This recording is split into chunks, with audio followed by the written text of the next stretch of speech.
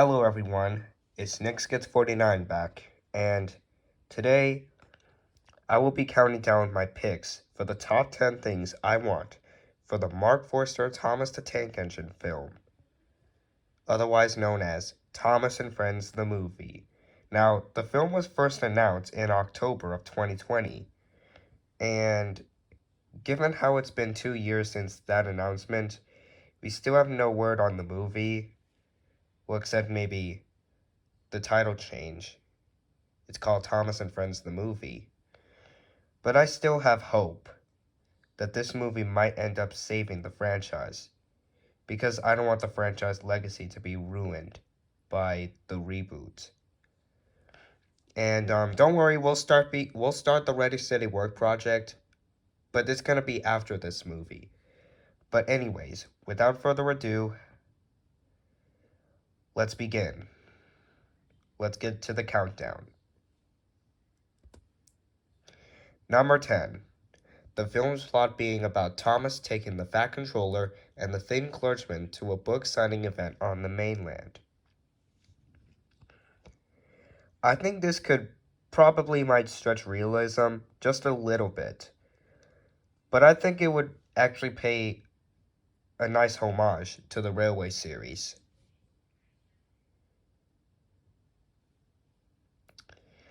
Because it would be nice, because the Fat Controller would have found out that several children on the mainland really liked Thomas and loved reading stories about him in books written by the Thin Clergyman. So they go to an event, and Cinnamon Man made a footage of Thomas crossing the mainland bridge. Apparently that was in a Roblox game. But I definitely wanted that scene to be in this film, because it definitely states that the plot will be about Thomas taking the Fat Controller and the Thin Clergyman to a book signing event on the mainland. But anyways, they go to an event, and they just keep their crucial dynamic in the show, and Annie Clarabelle will join them on their journey. And they will try to make it back home before they're scrapped. Number 9. Diesel serving as the secondary antagonist, with the BR controller serving as the main antagonist. Alright, so in my idea for the movie, while it's there on the mainland, they run into Devious Diesel, and he is reverted back to his original devious persona, like it was in the classic series and the Railway series. And it also turns out that he's working for an evil mainland British railway controller, trying to scrap Thomas, because he is the last remaining E2. It could add some nice emotion and drama to the film, kind of like in season 5. Like, drama was everywhere. Number 8. The film taking place at the same time as small railway engines. Whilst we're on the subject of paying a homage to the Railway series, I'd like to take place around the same time as small railway engines in the year 1967. Because my idea for the film is basically a prequel to the Railway series book, Enterprising Engines, taking place during the Little Western's construction. And plus, it would be nice to have Mike, Rex, and Bert in the scene of the film. Number 7. Flying Scotsman in a major role in the film. I'd like for Thomas, while Thomas is on the mainland, he would run into Flying Scotsman, and he would be running around towards on the mainland. And later, at some point in the film, Thomas helps Flying Scotsman out in a jam. Like, I wanted to see more focus on the Flying Scotsman. That's why Gordon should have been the main character in The Great Race. That way, Flying Scotsman could have been the secondary focus. Plus, It would be nice to have his own spin-off film, in my personal opinion. Number 6, returning characters. Now, I know probably some people are probably going to disagree with me on this, but I'd like to see some characters return in the film. Most notably Duck, Skarloey, Donald, and Douglas, Rheneas, Duncan, Sir Handel, Peter Sam, and even Duke, and Boko, and Rusty, and Daisy, and Bill, and Ben, and many others. Like, I still wanted to see Duke return to the show, and Boko. It would be a nice homage to the Railway series, as well as the classic series. I was thinking on making the Skarloey engines and Donald and Douglas into the Railway series guises, but I think it would be a lot more understandable if they did their TV series guises, because that's how the older fans would be more familiar with.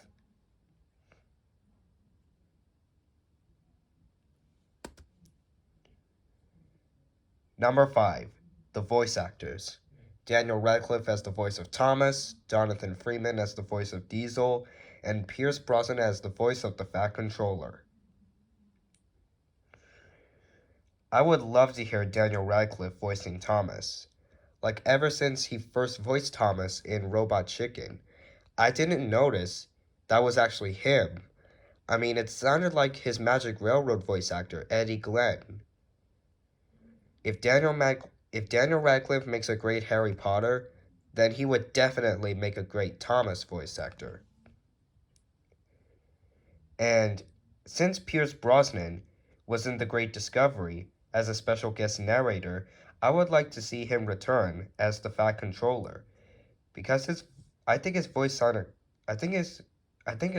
of suits him quite well.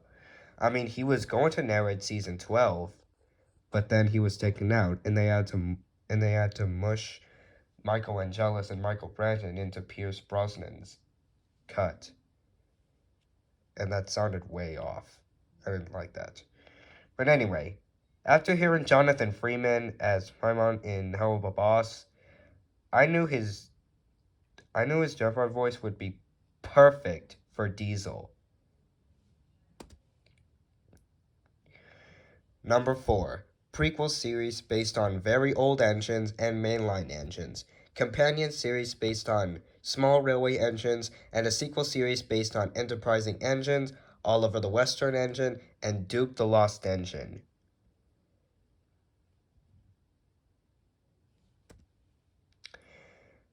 Number 3, have the movie opening with a prologue of one of the stories from Thomas the Tank Engine book, and him meeting a boy who later turns out to be the thin clergyman as a young boy. I think it would be a nice setup. I think it would be a nice setup at the beginning of the film. Plus, it would pay a nice homage to the Railway series of Thomas meeting a young thin clergyman. Number 2, dedicate the movie to Michael Angelis, who died in 2020, sadly, as it would be a nice homage to the classic series. Plus, I think he probably would have wanted it. Now, before I reveal number 1, I just want to name a few honorable mentions. Brit Elcroft being hired as a creative consultant. Since she was the creator of the original series, I would think that she actually could be hired as the creative consultant. That way it could be increase the chances of the film succeeding. She probably won't be in the writing department or anything. Second of all, I would want Andrew Brenner being brought back as an executive producer, considering he came back as the head writer for season 17 and saved the show and ended in season 21, I would honestly like him to be involved in the film some way, maybe as an executive producer. Third of all, bringing back Marc Morrigan as the narrator and Michael Donnell and Junior Campbell as the score composers.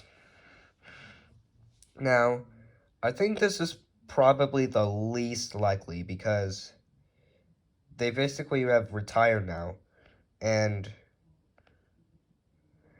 I know that Michael Donnell and Junior Campbell are probably still with music right now, and Marc Morrigan has a bit of a time off.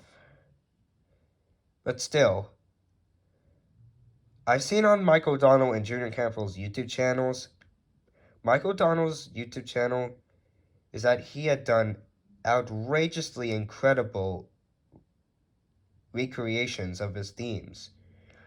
It seems for a CD called The Engine Themes. You should go check them out, by the way.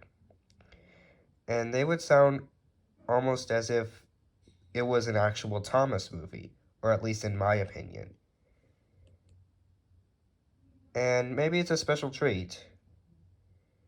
And, I would like to see Marc Morrigan narrate the movie.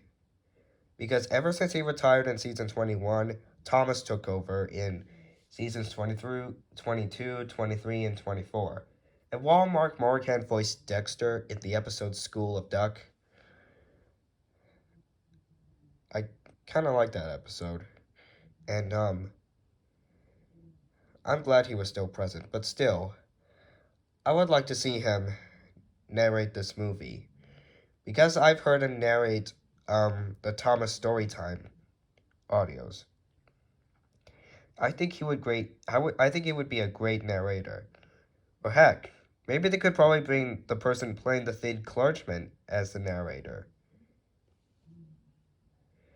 Now with all that out of the way, let's get to the number thing I want on this list. Number 1, the book's forward as the film's tagline, as well as an opening message.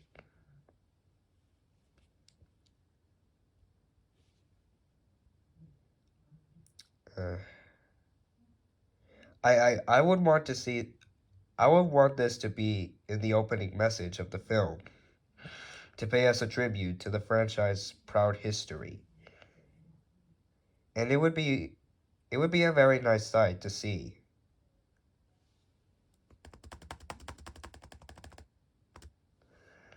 So there you have it, folks. That's the top 10 things I want for the Marc Forster Thomas film. Thanks for watching. If you guys disagree with anything that I just said or have your own ideas, please mention so in the comments below. Thanks for watching. I'll see you next time.